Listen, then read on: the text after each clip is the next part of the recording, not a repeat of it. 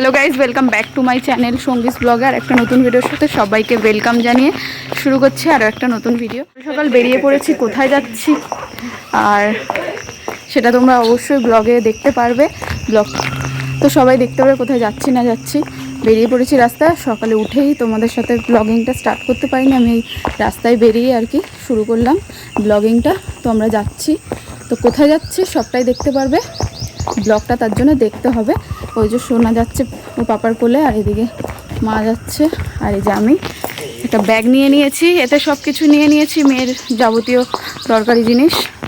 আর এখন হেঁটে যাচ্ছি আমরা বাস স্ট্যান্ডে। এই যে রাস্তা পুরো ফাঁকা, আমরা যাচ্ছি এখন বাস স্ট্যান্ডের দিকে। আর এই যে আজকে উঠে পড়েছে সকাল কটার সময়, 4:30টার সময় উঠে গেছে, আমি উঠে গেছি 4:30টার সময়, এও উঠে গেছে সাথে। তখন থেকেই জেগে আছে, হয়তো এখন বাসে উঠলে ঘুমিয়ে পড়তে পারে।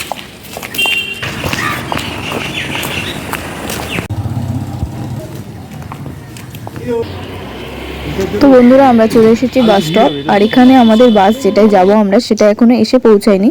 সেই বাসটা আসে হচ্ছে 6টার সময়, একদমই ঢোকে, আর ছাড়ে হচ্ছে 6:26 কি 27। তো একদম কারেক্ট টাইমেই বাসটা এসেছিলো, আর এখানে লাইন দিতে হয়েছিল। আর এই দেখো চলে এসেছে আমাদের বাস, এই যে এই বাসটাতে করেই আমরা গেছি তারকেশ্বর। তো ফাইনালি বলেই দিলাম যে আমরা কোথায় যাচ্ছি। তো আমরা যাচ্ছি তারকেশ্বরে, তো মেয়ের একটু পুজো দেওয়ার কারণেই যাচ্ছি। অনেকদিন ভাবছিলাম যাবো যাবো করে, একদমই টাইম হচ্ছিল না যাওয়ার, এত গরম পড়েছিল যার ফলে যাওয়া হচ্ছিল না।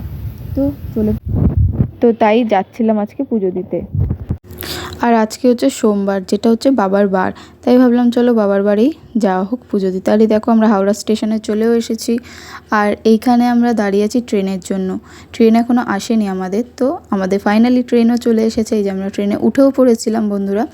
তো ট্রেনটা খুব একটা ভিড় ছিল না, অল্পই ভিড় ছিল, আর এটা তারকেশ্বর লোকালই ছিল এটা। আর হচ্ছে বাসে আস্তে আস্তে না আমার সোনা একটু বমি করে দিয়েছিল, ওর জন্য আমি এক্সট্রা একটা ড্রেস এনেছিলাম, যার জন্য এটা চেঞ্জ করে আর পরিয়ে দিয়েছিলাম।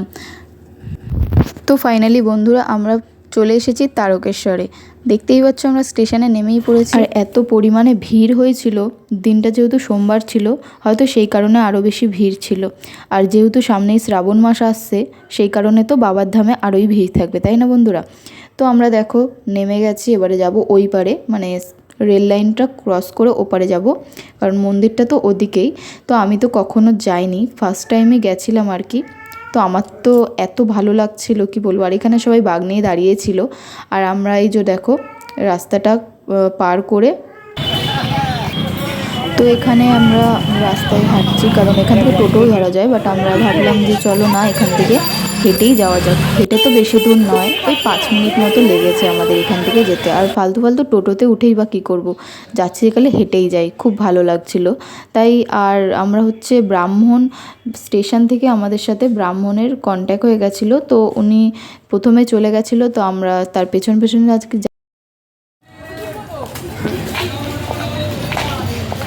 বন্ধুরা আমরা চলে এসেছি তারকেশ্বরে। কারণ ওখান থেকে একটা জামা কিনেছিলাম, যেহেতু মেয়েকে ওখানে স্নান করাবো, দুধ পুকুরে স্নান করাবো বলে, সেই কারণে ওখান থেকে জামাও কিনে নিয়েছিলাম। আর জামা নিয়ে এসেছিলাম দুটো এক্সট্রা, সেটা যেহেতু বমি করেছিল যার ফলে ভিজে গেছিলো, সেই জন্য চেঞ্জ করিয়ে দিয়েছি। আর জামাও একটা কিনে নিয়েছিলাম স্নান করিয়ে পরানোর জন্য। তো এই যে আমরা যাচ্ছি, এখানে সাইডে যে দোকানগুলো দেখতে পাচ্ছ, এখানে সবই ঠাকুরের ওই ডোর এইসবই বিক্রি হচ্ছিল, তো আমরা সেরকমভাবে কিছু কিনিনি এখান থেকে।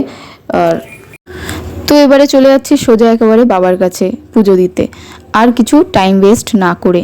যেহেতু এখানে আমাদের ব্রাহ্মণের সাথে আগে থেকেই কথা হয়ে গেছিলো, তো ওখানে গিয়ে আমরা ব্রাহ্মণের কাছ থেকে ডালা সমস্ত কিছু কেনাকাটি করে একেবারে আমাদের সব কিছু সেরে। তো আমার সোনাকে আর ও সোনার পাপাকে দুজনকেই দুধ পুকুরে আর কি স্নান করিয়েছিলাম। ওর পাপা তো মানে জানতো না যে এখানে এসে স্নান করতে হবে, তো আমরা বাড়ি থেকে একটা এক্সট্রা গামছা এনেছিলাম ওর পাপাকে স্নান করানোর জন্য, সেটা ওর পাপা জানতোই না। আর এখানে মেয়েকেও দুধ পুকুরে স্নান করাচ্ছিলাম যখন, ও প্রচণ্ড মানে স্নান করতে তো প্রচণ্ড পরিমাণে কান্না করে, ওখানেও কান্না করছিলো, তো ওর পিপি ওকে স্নান করিয়ে দিচ্ছিলো আর কি। আমি বলছিলাম তুমি দিদি ওকে করিয়ে দাও স্নানটা, আমার কাছেও করবে না, আর আমি পুকুরে না আমার নামতে নিজেরই খুব ভয় লাগে, তো সেই কারণে আমি সেরকমভাবে নামাই আর কি ওকে স্নানটা করাতে পারিনি। তো আমি সব কিছু জিনিসপত্র ধরে দাঁড়িয়েছিলাম, তো ওখানে দেখো আমরা জিনিসপত্র রাখছিলাম, ব্যাগ জুতো সব কিছু ওখানে রেখে আমরা দুধ পুকুরে স্নান করতে যাচ্ছিলাম। আর আমি একটু মুখ হাত পাটা ধুয়ে নিয়েছি, যেহেতু আমি স্নান করবো না বলে। ভেবেছিলাম একবার স্নান করবো, কিন্তু বাড়িতে কিছু আনা হয়নি, যার ফলে আমার স্নান করা হয়নি। ওখানে ওর পাপা আর আমার সোনাকেই স্নান করিয়েছি, দিয়ে তারপর আমরা পুজো দিতে যাচ্ছিলাম। আর এখানে একটু তিলক পরে নিচ্ছিলাম সবাই। আর এখানে এই ঠাকুমাটা আশীর্বাদ দিচ্ছিল আমার বরকে আর আমার মেয়েকে। তো এখানে বন্ধুরা আমরা সবাই একে একে তিলক পরে নিচ্ছিলাম। আর এই তিলকগুলো পরাতে নিচ্ছিল 10 টাকা। আর আমাদের সকলেই আমরা আর কি পরে নিয়েছিলাম এই তিলক। আমার তো খুবই ভালো লাগে কপালে এরম তিলক পরতে। আর তোমাদের দুধ পুকুরের সেরকমভাবে খুব একটা দেখাতে পারিনি, কারণ ওখানে অনেকেই স্নান করছিল। তো আমার মনে হলো সবাই ওটা দেখানোটা একদমই উচিত না, তো ওর জন্য আমি বেশি ক্যাপচার করতে পারিনি ওই ভিডিওটা।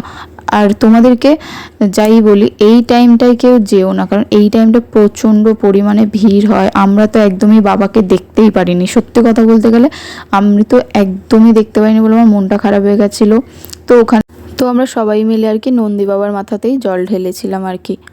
আর সোনাকে দেখানোর চেষ্টা করেছিলাম বাবাকে, কিন্তু দেখাতেই পারলাম না। আর এত পরিমাণে ভিড় ছিল, মানে লাইন তো প্রচুর পরিমাণে ছিল, কি বলবো। ওই লাইনে যদি দাঁড়িয়ে আমরা পুজো দিতে যেতাম, মানে আমাদের সেই দিনটায় হয়তো আমরা ফিরতে পারতাম না, সেটাই আমরা জানি না। যাই হোক, অন্য কোনো সময় আবার যাবো বাবার মাথায় জল ঢালতে, দেখা যাক তখন কি হয়। তো আমরা এখন যাচ্ছি পুজো দিতে।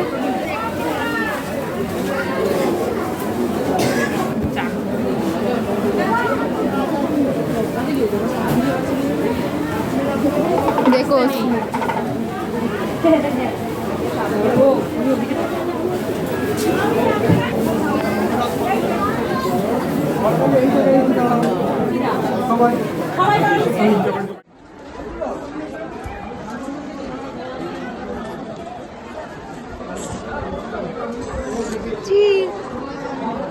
তো বন্ধুরা, আমাদের পুজো দেওয়া কমপ্লিট হয়ে গেছে একদমই।